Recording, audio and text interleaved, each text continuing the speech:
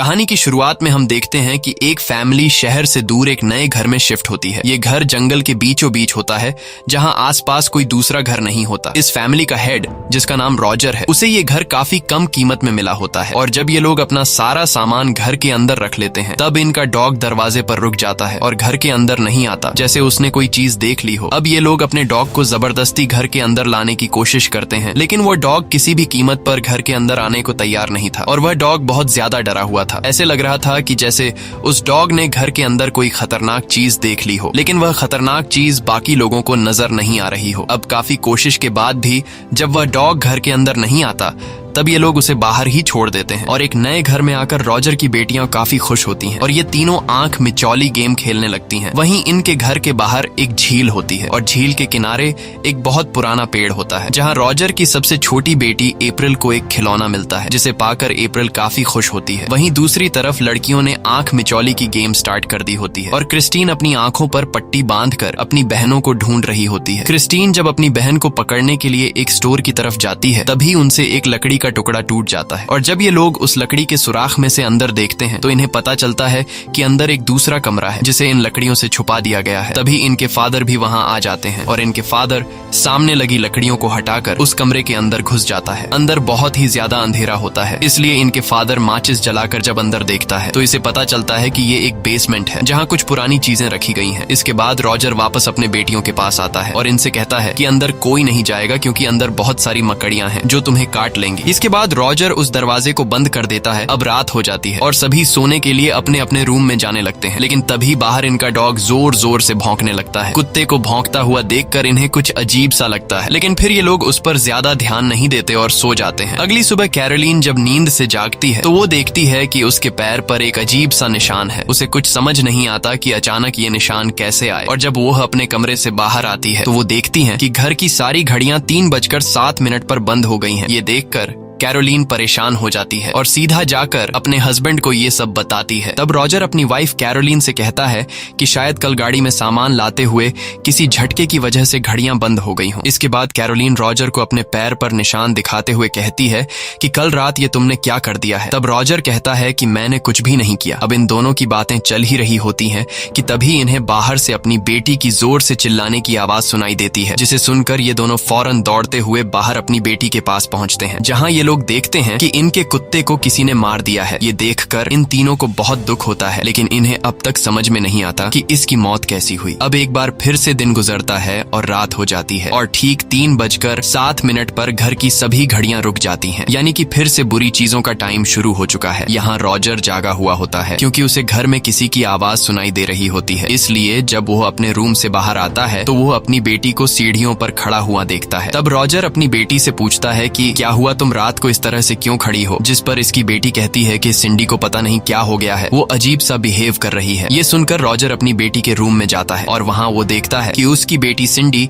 अपना सर सामने की अलमारी से पटक रही है। ये देखकर रॉजर को कुछ समझ नहीं आता कि आखिर उसकी बेटी ऐसा क्यों कर रही है, क्योंकि इसने पहले तो ऐसा कभी नहीं किया। इसके बाद रॉजर अपनी बेटी के पास जाता है और उसे हाथ से पकड़कर बेड पर सुला देता है। अगली सुबह एक बार फिर से कैरोलीन की बॉडी पर एक नया निशान आ गया होता है। ये देखकर कैरोलीन को लगता है कि शायद उसे कोई बीमारी हो गई। इसके बाद रॉजर जब काम के लिए जा रहा होता है तभी उसे घर के छत से किसी के गिरने की आवाज सुनाई देती है। रॉजर जब वहाँ जाता है तो वो देखता है कि छत से एक कबूतर नीचे गिरा हुआ है और वो कबूतर तड़प तड़प कर मर जाता है। ये देखकर रॉजर पूरी तरह से शॉक हो जाता है और रॉजर को भी समझ आ जाता है कि इस नए घर में कुछ न कुछ गड़बड़ है, क्योंकि जब से ये लोग इस नए घर में आए हैं तब से अजीब सी चीजें होने लगी हैं। लेकिन फिर रॉजर कुछ खास ध्यान न देते हुए काम पर चला जाता है। रॉजर के जाने के बाद उसकी 3 बेटियां भी स्कूल चली जाती हैं।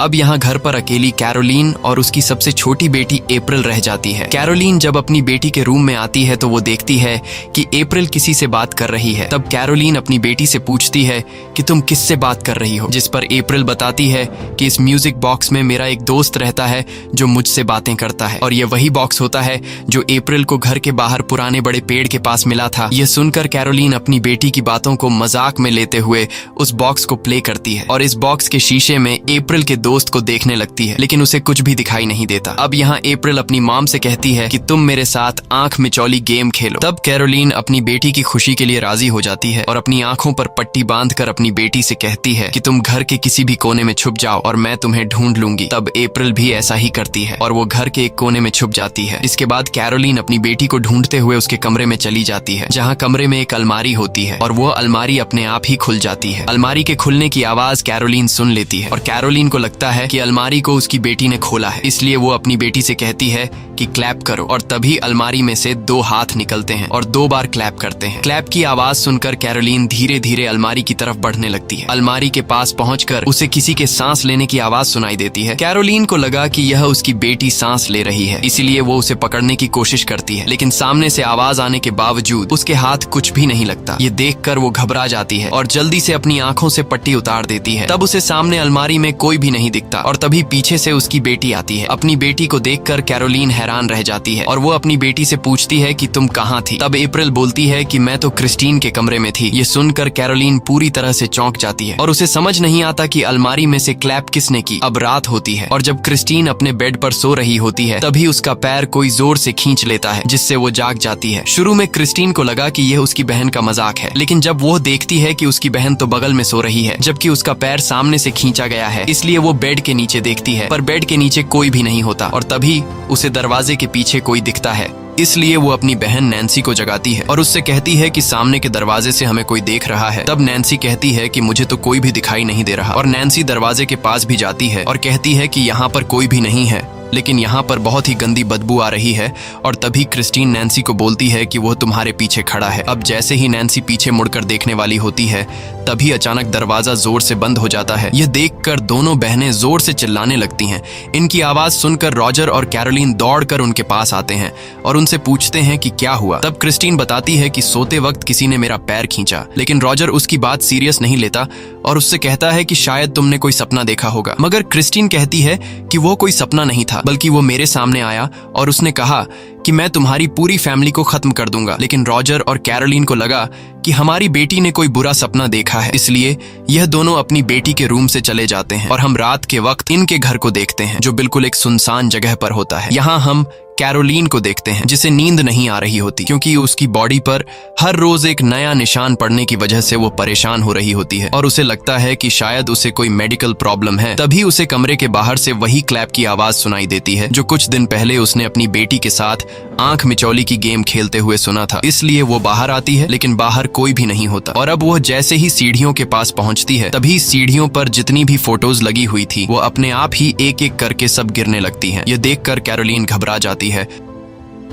और नीचे आती है, लेकिन नीचे भी उसे कोई नजर नहीं आता। तभी उसे बेसमेंट से वही क्लैप की आवाज सुनाई देती है, जिसे सुनकर कैरोलीन बेसमेंट की तरफ जाने लगती है और बेसमेंट के पास पहुंचकर वो देखती है कि बेसमेंट का दरवाजा खुला हुआ है। अब इससे पहले कि कैरोलीन कुछ समझ पाती तभी पीछे से उसे धक्का लगता है और कैरोलीन सीढ़ियों से होते हुए सीधा नीचे बेसमेंट में गिर जाती है। बेसमेंट के अंदर उसे कोई भी नजर नहीं आता और तभी एक बॉल उसकी तरफ आकर गिरता है। यह देखकर कैरोलीन बहुत ज्यादा घबरा जाती है। अब कैरोलीन बेसमेंट से निकलने की कोशिश करती है, लेकिन तभी बेसमेंट का दरवाजा भी अपने आप ही बंद हो जाता है और बेसमेंट में रोशनी के लिए जो लाइट लगी हुई थी वो भी बुझ जाती है। लाइट के बंद होने के बाद अचानक बेसमेंट में से एक बच्चे की हंसने की आवाज आती है, जिसे सुनकर कैरोलीन बहुत ज्यादा डर जाती है और वो जल्दी से माचिस की एक तीली जलाकर थोड़ी बहुत रोशनी कर लेती है। लेकिन तभी कैरोलीन के पीछे से 2 हाथ आकर क्लैप करते हैं। यह देखकर कैरोलीन जोर से चीखती है। वहीं दूसरी तरफ सिंडी फिर से नींद में खड़ी होकर सामने की अलमारी से अपना सर मार रही होती है और उसके सर के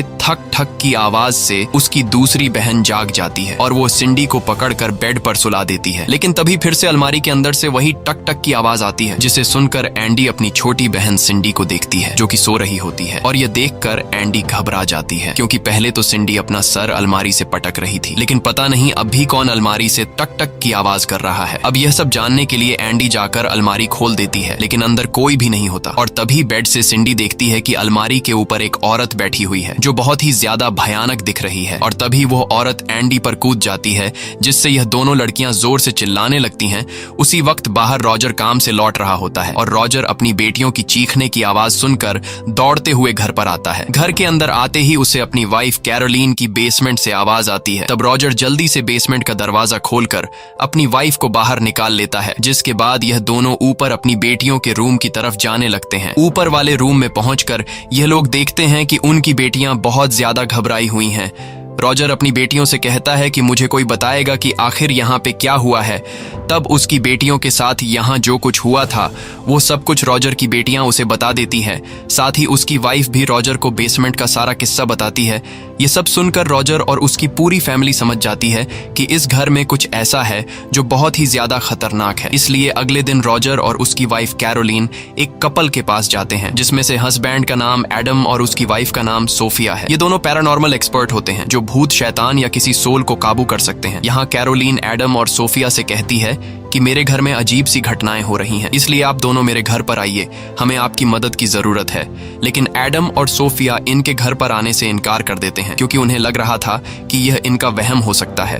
लेकिन यहाँ कैरोलीन बार बार इन दोनों से रिक्वेस्ट करती है और कहती है कि अगर तुम दोनों हमारे घर पर नहीं आए तो वो शैतान हमारी बेटियों को मार देगा। यह सुनकर एडम और सोफिया कैरोलीन की बात को सीरियस ले लेते हैं और इनके घर पर आने के लिए राजी हो जाते हैं। कुछ देर बाद यह दोनों कैरोलीन के घर पर पहुंच जाते हैं। घर पहुंचने के बाद इन दोनों को बताया जाता है कि जैसे ही यहाँ रात को 3:07 होते हैं तब सभी घड़ियां रुक जाती हैं और पूरे घर में से गंदी बदबू आना शुरू हो जाती है। साथ ही अजीब सी आवाजें भी आने लगती हैं। ये सब सुनकर एडम बताता है कि जितनी भी चीजें तुम लोगों ने अभी हमें बताई ये सब एक शैतान की निशानियां हैं। अब यहाँ इनके घर को एक्सप्लोर करते हुए एडम को पता चलता है कि इस घर में एक बेसमेंट भी है। ये पता चलते ही एडम और सोफिया बेसमेंट में जाते हैं। बेसमेंट में जाने के बाद सोफिया को अजीब से आवाजें सुनाई देती हैं, जिसे सुनकर सोफिया समझ जाती है कि यहाँ कोई बहुत ही खतरनाक चीज रहती है। इसके बाद ये सभी खाना खाने के लिए टेबल पर बैठ जाते हैं और यहाँ एडम माइक ऑन करके रिकॉर्डिंग स्टार्ट कर देता है। जिसके बाद एडम रॉजर से पूछता है कि जब यहाँ पर इतना कुछ हो रहा था तो तुम इस घर को छोड़कर गए क्यों नहीं।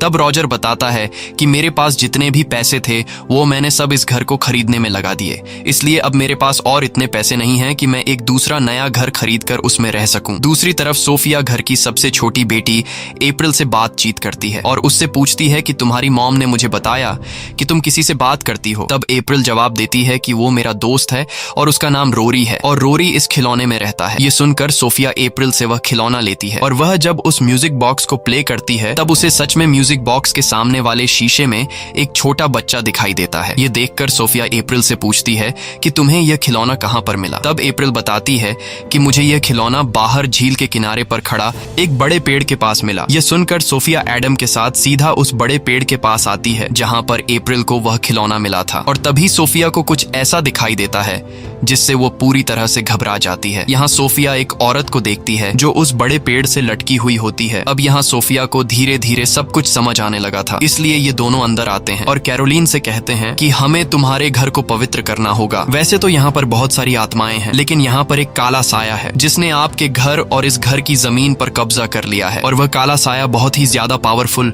और खतरनाक है। साथ ही वह बताती है कि जब मैं आपके घर के अंदर आई थी तो मैंने उसी वक्त इस काले साये को देख लिया था। वो आपके पीछे खड़ी थी और दूसरी बार मैंने उसे तुम्हारी बच्चियों के पीछे देखा। ये काला साया तुम्हारी फैमिली के साथ जुड़ चुका है, इसलिए अगर तुम इस घर को छोड़कर चले भी जाओ तो काला साया तुम्हारा पीछा नहीं छोड़ेगी, क्योंकि अब उस काले साये ने तुम सभी लोगों को कब्जे में ले लिया है। तब रॉजर पूछता है कि अब हमें क्या करना होगा, जिस पर एडम जवाब देता है कि हमें इस घर में एक्सोर्सिज्म करना होगा। लेकिन यह सब करना इतना आसान नहीं, क्योंकि सबसे पहले हमें सबूत इकट्ठे करने होंगे कि इस घर में सच में काला साया है और फिर सबूत मिलने के बाद हमें उसे चर्च में देना होगा और चर्च का पादरी सबूत देखने के बाद ही यहाँ आकर एक्सोर्सिज्म करेगा। अब यहाँ एडम कहता है कि हमें ज्यादा देर तक यहाँ नहीं रुकना चाहिए, क्योंकि वह साया जो तुम्हें नुकसान पहुंचाना चाहता है हम उसके लिए खतरा हैं और वह कभी नहीं चाहेगा कि हम यहाँ पर ज्यादा देर तक रुकें। इसलिए ये दोनों वहाँ से चले जाते हैं और जब ये दोनों अपने घर पर पहुंचते हैं तब एडम रिकॉर्डिंग ऑन करके सुनता है जो उसने रॉजर के घर पर रिकॉर्ड की थी। लेकिन अजीब बात ये थी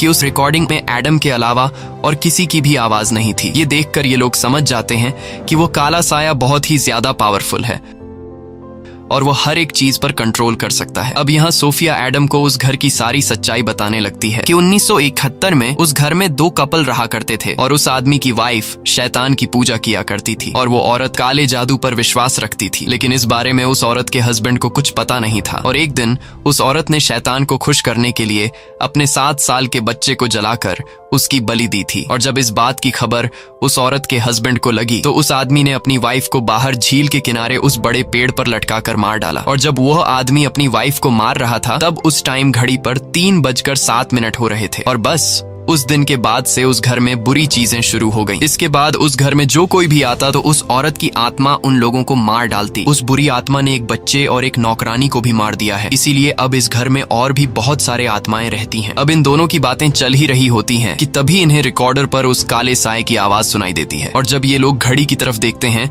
तब घड़ी में 3:07 हो रहे होते हैं। अगले दिन सोफिया और एडम एक पुलिस ऑफिसर और एक कैमरामैन के साथ उस घर पर जाते हैं ताकि ये लोग सबूत इकट्ठा कर सकें। ये लोग घर के हर एक कोने में माइक और कैमरा फिट कर लेते हैं ताकि यहाँ रात को कोई भी हरकत हो तो ये लोग उसे कैमरे में रिकॉर्ड कर सके। वहीं दूसरी तरफ सोफिया कैरोलीन से बात कर रही होती है। तब कैरोलीन सोफिया को अपनी फैमिली की फोटोज दिखाते हुए कहती है कि मैं अपने बच्चों से बहुत ज्यादा प्यार करती हूँ, इसलिए तुम जैसे भी करके उस काले साए से मेरे बच्चों को बचा लो। सोफिया जवाब में कहती है कि तुम परेशान मत हो, बस तुम अपने आप को मजबूत रखो। उस काले साए के सामने तुम खुद को जितना कमजोर करोगी वो तुम पर और ज्यादा हावी होने लगेगा। अब यहाँ पूरे घर में कैमरा और माइक फिट करने के बाद जब सारी तैयारियां हो जाती हैं तब ये लोग उस काले साए का इंतजार करते हैं। लेकिन आज रात उस घर में कुछ भी नहीं होता क्योंकि वो काला साया बहुत ही चालाक होता है और उस काले साए को इनकी चाल का पता चल जाता है। अगली सुबह सभी लोग मिलकर नाश्ता करते हैं और सोफिया कैरोलीन को आराम देने के लिए जब कपड़े तार पर सुखा रही होती है तभी अचानक एक कपड़ा उड़ जाता है और वह साया सोफिया के सामने खड़ा हो जाता है। लेकिन तभी वह कपड़ा उड़कर सीधा कैरोलीन के कमरे की खिड़की से जाकर चिपकता है। लेकिन जैसे ही वह कपड़ा खिड़की से हटता है सोफिया को उस काले साए का चेहरा साफ दिखाई देता है और अब वह काला साया कैरोलीन के कमरे में घुस चुका होता है। इसलिए सोफिया दौड़ते हुए कैरोलीन के कमरे की तरफ जाने लगती है। लेकिन इससे पहले कि सोफिया कैरोलीन के कमरे तक पहुंच पाती तब तक वह काला साया कैरोलीन के मुंह में एक ब्लैक कलर का लिक्विड डालकर कैरोलीन को पूरी तरह से खुद के कंट्रोल में कर लेता है। कैरोलीन जब जागती है तो उससे कुछ पता नहीं चलता कि उसके साथ क्या हुआ, बल्कि उसे लगा कि शायद उसने कोई बुरा सपना देख लिया है। अब एक बार फिर से रात हो जाती है और सभी लोग एक बार फिर से सबूत इकट्ठा करने के इंतजार में बैठे होते हैं। यहाँ इनके साथ जो पुलिस ऑफिसर होता है वह कमरे से बाहर चला जाता है और सभी लोगों को बेवकूफ समझने लगता है क्योंकि पुलिस ऑफिसर को भूत प्रेत पर विश्वास नहीं था। और तभी पुलिस ऑफिसर को एक लड़की की आवाज सुनाई देती है। पुलिस ऑफिसर जब यहाँ वहाँ नजर घुमाता है तब उसके सामने वही नौकरानी आती है जिसे यहाँ पर मार दिया गया था। वह नौकरानी उस पुलिस ऑफिसर को अपने दोनों कटे हुए हाथ दिखाती है और पुलिस ऑफिसर से कहती है कि देखो ये तुमने क्या कर दिया। ये देखकर पुलिस ऑफिसर की सारी हिकड़ी निकल जाती है और वह चिल्लाते हुए दौड़कर बाकी लोगों के पास पहुंच जाता है और उनसे कहता है कि मैंने यहाँ पर भूत देख लिया है। और तभी यहाँ रॉजर की बेटी सिंडी फिर से नींद में चलने लगती है। लेकिन अजीब बात ये होती है कि कैमरा अपने आप ही उसकी फोटोज लेने लगता है। ये देखकर सभी लोग धीरे धीरे सिंडी के पीछे जाने लगते हैं और सिंडी नींद में सीढ़ियों पर चढ़ते हुए आगे बढ़ती है। इस दौरान फिर से कैमरा अपने आप ही उसका फोटो शूट कर लेता है। इसके बाद सिंडी एक रूम के अंदर चली जाती है और दरवाजा अपने आप बंद हो जाता है। अब ये सभी लोग दौड़कर उस कमरे के पास आते हैं और दरवाजा खोलने की कोशिश करते हैं लेकिन दरवाजा नहीं खुलता। अच्छी बात ये होती है कि जिस कमरे के अंदर सिंडी चली गई होती है उस कमरे में इन लोगों ने माइक फिट कर दिए थे और अब ये लोग उस कमरे की रिकॉर्डिंग सुनने लगते हैं जहां इन्हें एक बच्चे की आवाज सुनाई देती है और वह बच्चा सिंडी से कहता है कि तुम मेरे पीछे आओ। अब यहाँ रॉजर को अपनी बेटी की फिक्र हो रही थी, इसलिए वह एडम के साथ मिलकर उस कमरे का दरवाजा तोड़ देता है। लेकिन कमरे के अंदर जाने पर रॉजर को अपनी बेटी कहीं पर भी दिखाई नहीं देती। ये लोग सिंडी को चारों तरफ ढूंढते हैं लेकिन सिंडी इन्हें कहीं पर भी नहीं मिलती और तभी इन लोगों को सामने एक अलमारी दिखती है। जब ये लोग उस अलमारी को खोलते हैं तब उस अलमारी में एक बड़ा सा सुराख हुआ होता है और जब ये लोग सुराख के अंदर देखते हैं तो अंदर एक कोने में सिंडी बैठी होती है, जिसके बाद ये लोग सिंडी को सही सलामत वहां से निकाल लेते हैं। अब यहाँ अप्रैल जो रॉजर की सबसे छोटी बेटी होती है जिसे बाहर पेड़ के पास खिलौना मिला था, वह सोफिया को बताती है कि मेरा दोस्त रोरी जब ज्यादा डरा हुआ होता है तो वह उस अलमारी के पीछे उस कोने में बैठता है जहाँ पर अभी सिंडी बैठी थी। ये पता चलते ही सोफिया सीधा उस अलमारी के पीछे सुरंग में जाती है जहां सोफिया को एक रस्सी मिलती है। ये वही रस्सी होती है जिसे इस घर के सबसे पहले मालिक ने अपनी वाइफ को बाहर बड़े पेड़ से लटका दिया था। तभी अचानक सोफिया के पैरों के नीचे लकड़ी टूट जाती है और सोफिया सीधा नीचे बेसमेंट में गिरती है। वहां पर वही म्यूजिक बॉक्स भी रखा हुआ होता है और जब सोफिया उस म्यूजिक बॉक्स के शीशे में देखती है तो उसे रोरी की मॉम दिखाई देती है और तभी रोरी की मॉम उसके सामने आती है और रोरी की मॉम सोफिया से कहती है कि मैं अपने बच्चे रोरी को नहीं मारना चाहती थी लेकिन उस शैतान ने मुझसे ये जबरदस्ती करवाया। ये सुनकर वो शैतान रोरी की मॉम को गायब कर देता है और खुद रोरी की मॉम की बॉडी में आकर सोफिया को मारने लगता है। तब सोफिया किसी तरह करके खुद को बचाते हुए वहां से भागने लगती है, लेकिन तभी वो काला साया सोफिया के गले का लॉकेट पकड़कर खींच लेता है। लकीली उसी वक्त एडम बेसमेंट का दरवाजा खोलकर सोफिया को तो बचा लेता है, लेकिन अब उस काले साये के पास सोफिया का लॉकेट था जिसमें सोफिया की बेटी की फोटो थी। अब यहाँ सोफिया बाहर आकर सभी को बताती है कि मुझे पता चल गया है कि यहाँ पर जो काला साया है वो बच्चों की माँ को अपने वश में करके उससे जबरदस्ती उसके अपने ही बच्चों को मरवाता है। और कैरोलिन के बॉडी पर जो निशान आए हैं वो किसी बीमारी की वजह से नहीं आए, बल्कि यह उसी काले साये ने तुम्हें दिए हैं। और अब वह साया भी तुमसे तुम्हारे बच्चों को मरवाना चाहता है, जैसे उसने पहले भी यहाँ रहने वाले लोगों से करवाया। अब यहाँ पर जो साया होता है उसे पता चल जाता है कि मेरा राज खुल चुका है, और तभी घर का सारा सामान यहाँ वहाँ गिरने लगता है। इसके बाद वो साया रॉजर की बेटी नैन्सी को बालों से पकड़कर खींचता है और उसे सामने के दीवार से पटकता है, लेकिन यह लोग जैसे तैसे करके नैन्सी को छुड़ा लेते हैं और फिर पूरी फैमिली इस घर से बाहर निकलकर इस घर को छोड़ने का फैसला कर लेते हैं, क्योंकि अब उनके पास सबूत भी आ चुके हैं जिससे यह लोग चर्च में दिखा सकते हैं। अब जैसे ही यह लोग यहाँ से जाने वाले होते हैं तभी सोफिया को पास के झील के पानी से अपनी बेटी की आवाज सुनाई देती है, जिसे सुनकर सोफिया घबरा जाती है और वो झील की तरफ जाती है, जहाँ झील के पानी में उसे अपनी बेटी की मरी हुई लाश दिखाई देती है। यह देखकर सोफिया बहुत ज्यादा डर जाती है और वो जल्दी से घर में वापस आकर अपने घर कॉल करके अपनी बेटी से बात करती है और उसे पता चलता है कि उसकी बेटी सही सलामत है। ये सब सुनकर सोफिया सुकून की सांस लेती है, लेकिन वह अपने हस्बैंड के गले लगकर रोते हुए कहती है कि यह उस काले साये की तरफ से हमें वार्निंग दी जा रही है। इसके बाद सोफिया और एडम चर्च के पादरी के पास पहुंचते हैं और उसे सारे सबूत दिखाते हैं। पादरी उन फोटोज में उस काले साये को देख लेता है, लेकिन पादरी कहता है कि हमें एक्सोर्सिज्म के लिए आगे से परमिशन लेनी होगी, जिसमें कुछ दिन लग सकते हैं। वहीं वह काला साया जान जाता है कि एडम और सोफिया को वार्निंग देने के बावजूद भी यह लोग अपने काम से पीछे नहीं हट रहे, इसलिए वो काला साया सोफिया की बेटी के पास जाता है जो अपने रूम में सो रही होती है, और तभी वह काला साया सोफिया की बेटी का पांव खींच लेता है। दरअसल यह काला साया यहाँ तक उस लॉकेट की वजह से पहुंच गया होता है, जो लॉकेट सोफिया से बेसमेंट में रह गया था, जिसमें सोफिया की बेटी की फोटो होती है। अब यहाँ वो साया जैसे ही सोफिया की बेटी को नुकसान पहुंचाने वाला होता है तभी एडम और सोफिया वहां पहुंच जाते हैं और अपनी बेटी को बचा लेते हैं। वहीं दूसरी तरफ हम कैरोलिन को देखते हैं जो अब पूरी तरह से उस काले साये के वश में आ चुकी है, और कैरोलिन ने अपनी दो बेटियां क्रिस्टीन और अप्रैल को गाड़ी में बिठाया होता है, जिसे कैरोलिन वापस उस साये वाले घर में ले जा रही होती है। अब जब रॉजर अपने नए घर में आता है तो वहां उसे उसकी बेटियां बताती हैं कि मॉम अजीब सा बिहेव कर रही थी और वो अपने साथ अप्रैल और क्रिस्टीन को गाड़ी में बिठाकर उस पुराने घर में ले गई है। ये पता चलते ही रॉजर एडम को कॉल करता है और उसे ये सारी बात बताता है। तब एडम कहता है कि मैं और सोफिया उस पुराने घर आ रहे हैं और तुम भी जल्दी से वहां पर पहुंचो। यहाँ सोफिया एडम से कहती है कि हमें जल्दी ही वहां पहुंचना होगा, क्योंकि वो साया कैरोलिन पर हावी हो चुका है और अब वो साया कैरोलिन से अपने बच्चों को मरवाएगा। कुछ देर बाद ये लोग वहां पहुंच जाते हैं। साथ ही ये लोग अपने साथ उस पुलिस ऑफिसर को भी लेकर आते हैं। यहाँ जब ये लोग घर का दरवाजा खोलने की कोशिश करते हैं तो दरवाजा अंदर से लॉक होता है, इसलिए पुलिस ऑफिसर बंदूक से शूट करके दरवाजे का लॉक तोड़ देता है और सभी लोग घर के अंदर चले जाते हैं। अब यह लोग जैसे ही बेसमेंट में जाते हैं तो वहाँ कैरोलिन अपनी बेटी क्रिस्टीन को मारने वाली होती है, लेकिन यह लोग कैरोलिन को पकड़कर क्रिस्टीन को छुड़ा लेते हैं। अब ये सब देखकर रॉजर की सबसे छोटी बेटी अप्रैल घर के किसी कोने में छुप जाती है और यह सभी लोग कैरोलिन को पकड़कर घर के बाहर लाने की कोशिश करते हैं, लेकिन जैसे ही कैरोलिन घर के बाहर कदम रखती है तब उसके चेहरे पर अजीब से निशान निकल आते हैं, जिससे वो बुरी तरह से जलने लगती है। यह देखकर सोफिया समझ जाती है कि वो काला साया कैरोलिन को घर से बाहर जाने नहीं देगा। अगर हम इसे जबरदस्ती करके बाहर ले गए तो ये मर जाएगी, इसलिए यह लोग कैरोलिन को छोड़ देते हैं और इनके छोड़ते ही कैरोलिन को वो साया खींचकर बेसमेंट में ले जाती है। इसके बाद ये सभी लोग कैरोलिन के पीछे बेसमेंट में जाते हैं, जहाँ कैरोलिन बहुत ज्यादा गुस्से में होती है और इन लोगों से कंट्रोल नहीं होती। तभी कैरोलिन उस पुलिस ऑफिसर को काट लेती है, जिससे उस पुलिस ऑफिसर के कान से खून निकलने लगता है। पर ये लोग जैसे तैसे करके कैरोलिन को पकड़कर उसे कुर्सी के साथ बांध लेते हैं।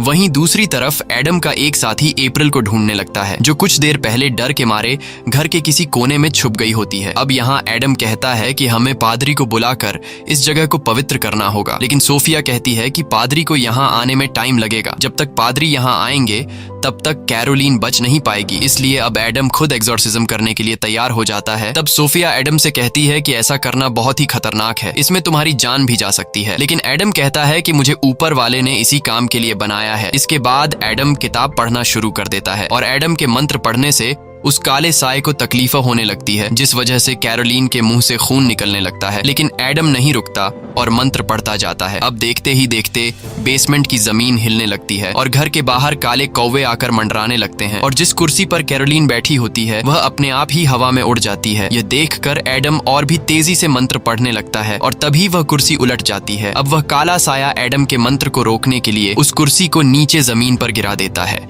जिससे वह कुर्सी टूट जाती है और कैरोलीन आजाद हो जाती है। वहीं दूसरी तरफ एडम का जो साथी अप्रैल को ढूंढ रहा होता है, उससे अप्रैल मिल जाती है और एडम का साथी जोर से बोलता है कि मुझे अप्रैल मिल चुकी है। वह किचन के नीचे है और यह आवाज कैरोलीन भी सुन लेती है, जिसे सुनकर कैरोलीन अप्रैल को मारने के लिए दौड़ती है और वह अप्रैल के काफी करीब पहुंच जाती है। अब कैरोलीन जैसे ही कैंची उठाकर अप्रैल को मारने वाली होती है, तभी वहां पर एडम आकर एग्जॉर्सिज्म कंप्लीट कर देता है। एग्जॉर्सिज्म कंप्लीट होने के बाद वह शैतान कमजोर होने लगता है और अब यहाँ एडम उस शैतान का असली नाम पुकारता है और कहता है कि बेंसी माँ, मैं तुम्हें कसम देता हूँ कि ईश्वर की मर्जी से तुम वापस नरक चले जाओ। अपना असली नाम सुनकर उस शैतान को कुछ होने लगता है, लेकिन अब भी वह कैरोलीन की जान छोड़ने को तैयार नहीं था। पर तभी यहाँ सोफिया ऊपर के एक सुरंग से अपना हाथ निकालकर कैरोलीन के सर पर रखती है और उसका हौसला बढ़ाती है और कहती है कि तुम इस शैतान को हरा सकती हो, बस अपने आप को मजबूत रखो। साथ ही सोफिया कैरोलीन को उसकी फैमिली के अच्छे पल याद करवाती है और कहती है कि याद है तुमने मुझसे कहा था कि तुम अपनी फैमिली से बहुत ज्यादा प्यार करती हो। और कैरोलीन अपनी फैमिली को याद करके होश में आने लगती है और आखिर में कैरोलीन की फैमिली और उसके बच्चों की यादें उस शैतान को उससे दूर कर देती हैं। अब कैरोलीन धीरे धीरे वापस नॉर्मल हालत में आने लगती है और वह शैतान कैरोलीन की बॉडी को छोड़कर चला जाता है। होश में आने के बाद कैरोलीन अपने बच्चों को गले लगाती है और इसी के साथ सच्ची कहानी पर बनाई गई यह फिल्म खत्म हो जाती है। अगर आपको यह वीडियो अच्छी लगी हो तो हमारे चैनल को सब्सक्राइब और वीडियो को लाइक जरूर कीजिएगा।